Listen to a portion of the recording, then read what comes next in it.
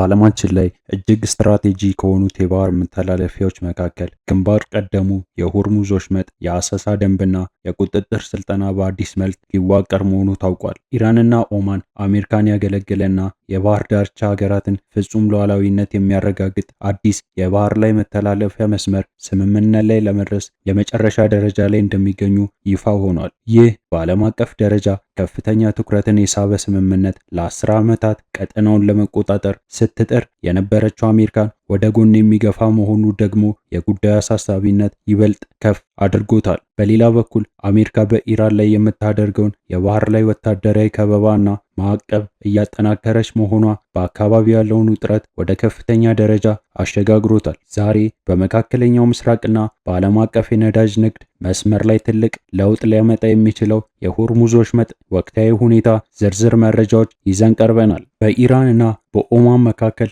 የተደረገ ያለው አዲስ የባህር ላይ መስመር ድርድር የኃይል ሚዛኑን ሙሉ በሙሉ ሊቀይር የሚችል መሆኑ እየተነገረ ነው። ሁለቱ ጎረቤት ሀገራት የራሳቸውን ሉዓላዊነት መብት ለማስከበርና የውጭ ኃይሎችን ጣልቃ ገብነት ለመግታት የሚያስችል የሁለትዮሽ ስምምነት በማጠናቀቅ ላይ ናቸው። ይህ ስምምነት በምን ደረጃ ላይ ይገኛል? የአሜሪካስ ምላሽ እና የባህር ላይ እገዳ ምን ይመስላል? የዓለም ኢኮኖሚ በዚህ ውጥረት እንዴት ሊጎዳ ይችላል? ለእነዚህ ጥያቄዎች ምላሽ የሚሰጡ ወቅታዊ መረጃዎች በዝርዝር እናቀርባለን። ወደ ዝርዝር የዜና ታሪካችን ከመግባታችን በፊት የሆርሙዝ ወሽመጥን ታሪካዊና ስትራቴጂካዊ ጠቀሜታ መመልከት ተገቢ ይሆናል። የሆርሙዝ ወሽመጥ በፋርስ ባህረ ሰላጤና በኦማን ባህረ ሰላጤ መካከል የሚገኝ ጠባብ የባህር መስመር ሲሆን በተለመደው የዓለም የንግድ ሁኔታ ውስጥ ከዓለም አቀፉ የነዳጅ ፍጆታ ውስጥ 30 በመቶ ያህሉ የሚጓጓዝበት ዋነኛ መተላለፊያ ነው። ይህ ወሽመጡ ለዓለም አቀፍ ኢኮኖሚና ሀገራት የኢነርጂ ዋስትና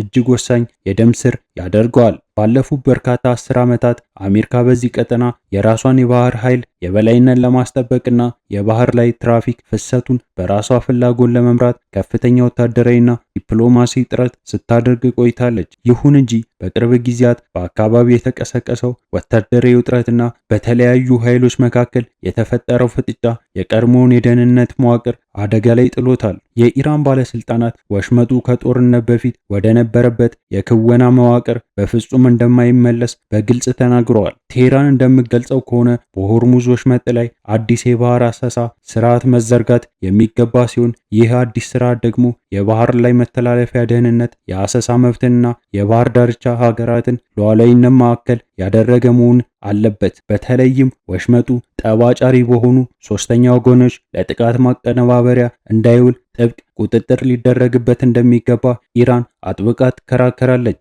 አሁን ወደ ደረሱ ዋና ዋና እድገቶች ስንመለስ ኢራንና ኦማን በሆርሙዝ ወሽመጥ በኩል ለሚተላለፉ የንግድ መርከቦች አዲስ የአሰሳ መመርመሪያዎችን የሚያካትት የሁለትዮሽ ስምምነት ለማጽደቅ እየተደራደሩ ነው። ይህ ድርድር አሜሪካ ሙሉ በሙሉ ያገለለ መሆኑ ስምምነቱ ልዩ ያደርገዋል። የደረሰን መረጃ እንደሚያመለክተው ሁለቱ ሀገራት ለአዲሱ የባህር ላይ መተላለፊያ መስመር የሚያገለግሉ የጂኦፖለቲካዊ መገጣጠሚያዎችን በመለየት ረገድ ሙሉ ስምምነት ላይ ደርሰዋል። በአሁኑ ወቅት የቀረበው ብቸኛው ነገር የጋራ መግለጫ መስጠት ሲሆን ይህ መግለጫ ይፋ የሚሆነው ከውጭ አካላት ምንም አይነት ጣልቃ ገብነት ካልተከሰተ ብቻ እንደሆነ ተገልጿል። ይህ ሁኔታ በተለይም የራሷን ውል ለምትፈልገው አሜሪካ ግልጽ ማስጠንቀቂያ እንደሆነ ተነግሯል። ይህ በእንዲህ እንዳለ ስምምነቱ ተግባራዊ ሲሆን ሊከሰቱ የሚችሉ የአሰራር ዝርዝር በተመለከተ አንዳንድ መረጃ እየወጡ ነው። ለአብነት ያህል አዲሱ ዝግጅት በሆርሙዝ ወሽመጥ ላይ ሁለት የተለያዩ የባህር መተላለፊያ መስመሮችን ወይም ኮሪደሮች ሊዘረጋ እንደሚችል ተጠቁሟል። በዚህ መሰረት ወደ ፋርስ ባህረ ሰላጤ የሚገቡ የንግድ መርከቦች ወደ ኢራን የባህር ዳርቻ በቀረበው ኮሪደር በኩል እንዲጓዙ የሚደረግ ሲሆን ከፋርስ ባህረ ሰላጤ ወደ ውጭ የሚወጡ መርከቦች ደግሞ ወደ ኦማን የባህር ዳርቻ በቀረበው መስመር በኩል እንደሚያልፉ ይደረጋል። በተጨማሪ በዚህ ወሽመጥ የሚያልፉ የንግድ መርከቦች ለአገልግሎት የሚከፍሉ ክፍያ እንዲኖር የሚጠየቅ ሲሆን የሚሰበሰበውም ገቢ በኢራንና በኦማን መካከል በኩል ደረጃ እንደሚከፈል ተናግሯል። ይሁን እንጂ እንደ ዋና ዋና የአሰራር ደንቦች የተሟላ የደህንነት ዋስትና አሰጣጥና የመጓጓዝ ክፍያዎችን የመሳሰሉ ቁልፍ ዝርዝር ገና በይፋ ስላልተገለጹ ስምምነቱ አሁንም በሂደት ላይ ያለ ገና ሙሉ በሙሉ ያልተጠናቀቀ መሆኑን ባለሙያዎች ይናገራሉ። የኦማን መንግስት በበኩሉ ባወጣው ይፋዊ መግለጫ ማንኛውም በአካባቢው የሚደረግ የባህር ላይ ዝግጅት የሁለቱንም የባህር ዳርቻ ሀገራት ሉዓላዊነትና ሕጋዊ መብቶችን ያከበረ መሆን እንዳለበት ገልጸዋል። እንዲሁም ይህ ስምምነት በወሽመጡ በኩል የሚደረገውን ዓለም አቀፍ የባህር ላይ አሰሳ ደህንነት በተሟላ መልኩ የሚያረጋግጥ መሆኑ እንዳለበት አስገንዝበዋል። ይህ የኦማን አቋም ከኢራን ፍላጎት ጋር የሚጣጣም ሲሆን የውጭ ኃይሎችን በአካባቢው የባህር ላይ ደንብ ለመደንገግ የሚደረጉ ጥረቶች ውድቅ የሚያደርግ ነው። ይህ በእንዲህ እንዳለ በአካባቢው ያለው ውጥረት ይበልጥ የከረረው አሜሪካ በኢራን ላይ የምታደርገውን የባህር ላይ ወታደራዊ እገዳ በማጠንከሯ ነው። የአሜሪካ የባህር ኃይል በፋርስ ባህረ ሰላጤና በሆርሙዝ ወሽመጥ ዙሪያ የሚንቀሳቀሱ የንግድ መርከቦችን እንቅስቃሴ በቅርበት እየተቆጣጠረ ይገኛል። የአሜሪካ ማዕከላዊ ዕዝ በቅርቡ ይፋ ያደረገው የድምፅ ቅጂ እንደሚያሳየው የአሜሪካ የጦር መርከቦች ለአንድ የንግድ መርከብ ጥብቅ ማስጠንቀቂያ ሲሰጡ ይሰማል። በድምፅ ቅጂው ላይ የአሜሪካ ወታደሮች መርከብ የተሰጣትን መመሪያ እንድታከብር፣ ይህ ካልሆነ ግን ወታደራዊ እርምጃ እንደሚወሰድባት በግልጽ ሲያስፈራሩ ተደምጧል። ይህ ወታደራዊ ጫና በተግባርም እየታየ መሆኑ የደረሱ አሃዛዊ መረጃዎች ያረጋግጣሉ።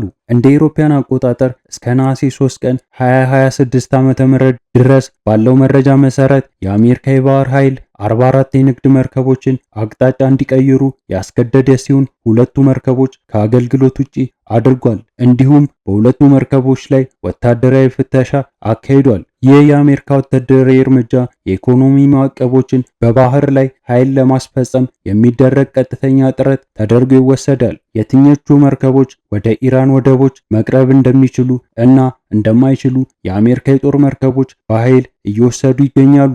የኢራን መንግስት ይህንን የአሜሪካ ወታደራዊ እገዳ እንደ ቀጥተኛ ጠብ አጫሪነትና ወታደራዊ ጥቃት የሚቆጥረው ሲሆን ለዚህ ምላሽ ይሆን ዘንድ በሆርሙዝ ወሽመጥ ላይ የራሱን ጥብቅ የአሰሳ ገደቦች በመጣል ምላሽ እየሰጠ ይገኛል። ይህንን ወቅታዊ ሁኔታ በተመለከተ የዓለም አቀፍ ግንኙነትና የባህር ላይ ደህንነት ባለሙያዎች የተለያዩ ትንታኔዎችን እያደረጉ ይገኛል። እንደ ባለሙያዎች እይታ የኢራንና የኦማን የሁለትዮሽ ድርድር ስኬታማ መሆኑ በክልሉ የኃይል ሚዛን ላይ ትልቅ ለውጥ ያመጣል። ላለፉት 40 ዓመታት አሜሪካ በሆርሙዝ ወሽመጥ ላይ የነበራትን ወታደራዊና ፖለቲካዊ በላይነት ለማስቀጠል ከፍተኛ ሀብት ስታፈስ የቆየች ቢሆንም አዲሱ ስምምነት ግን ዋሽንግተንን ሙሉ በሙሉ ወደ ጎን የሚገፋ ነው። ይህም የአሜሪካን ቀጠናዊ ተጽዕኖ በእጅጉ የሚቀንስና የባህር ዳርቻ ሀገራትን የራሳቸውን መተላለፊያ በራሳቸው እንዲያስተዳድሩ የሚያስችል አዲስ ታሪካዊ ምዕራፍ ሊከፍት ይችላል።